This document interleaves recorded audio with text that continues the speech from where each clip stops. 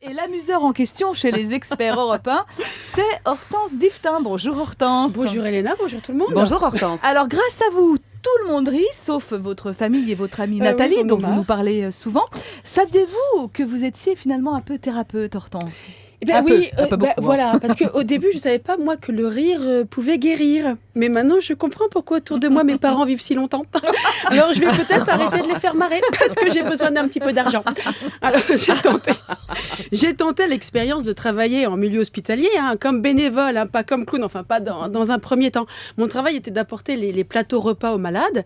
Et à chaque fois qu'ils découvraient leur repas, ça loupait pas. On me demandait, c'est une blague ? Je disais, non, c'est pas une blague. Et on me balançait le plateau à la tête. Alors au début, je le prenais mal, je le prenais pour moi et surtout sur moi, sur ma blouse.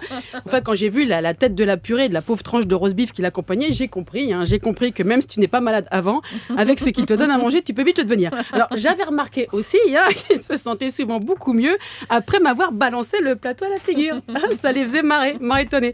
Alors autant en profiter, quitte à manger de la purée, autant que ça soit pour mes talents d'humoriste, que pour les talents culinaires de l'hôpital. Alors, c'est pas évident, j'ai passé un test, et on m'a muté au service gastro-entérologie pour des gens qui ont des problèmes intestinaux, comme la constipation. Ouf. Il paraît que mes prestations comiques plaisaient bien, je les faisais bien rire. Oui. J'en ai soigné quelques-uns, d'ailleurs, on m'avait surnommé la Dragifuka. Ah, c'est élégant. c'est pas chouette. Alors, ils ont fini par me remercier, surtout les femmes de ménage. Mais du coup, ça m'a donné à réfléchir. Elle ose tout, Ah ouais. Mais du coup, ça m'a donné... Bah oui, mais tu peux être un peu... C'est gênant quand oui, tout à fait, bien sûr. Mais ça m'a donné à réfléchir si je peux aider mon prochain. J'ai décidé de me lancer dans le privé, d'ouvrir un cabinet en rigologie, faire rire et soigner par le rire par le docteur Diftin. Si on m'avait dit qu'un jour je serais médecin, je l'aurais pas cru. D'ailleurs, je crois toujours pas. Alors... Je me suis pas lancée comme ça. J'ai pris des cours de rigologie à l'école internationale du rire. Mais je me suis rendu compte que j'étais à la rigologie ce que le sparadrap est à la jambe de bois. Ça veut rien dire, j'aime bien, mais en 2 mots, j'ai pas compris le concept trop moderne pour moi. Dans la rigologie, il n'y a pas d'humour. Tu fais comme ça, et c'est que physique. C'est pour t'éclater le diaphragme. Tu respires mieux et tu te détends. Alors déjà, on n'est pas marrant qui veut, excusez-moi. Mais s'il n'y a pas d'humour du tout, c'est terrible. Alors, pour me détendre, je préfère l'ancienne méthode, plus cérébrale. Je préconise de participer à des séminaires de sortie, assister à des conférences de rigologues reconnus, comme le professeur Gad Elmaleh, par exemple, ou le docteur Foresti.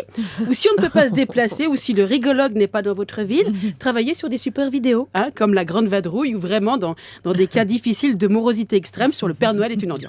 Et comme le disait le très grand rigologue Alain Chabat, notre maître à tous, c'est vrai que c'est bon de rire parfois. Alors sinon, il y a en podcast, bien sûr, Hortense Diftin, que vous pouvez regarder tous les jours sur Europe 1. Si vous avez des problèmes de constipation.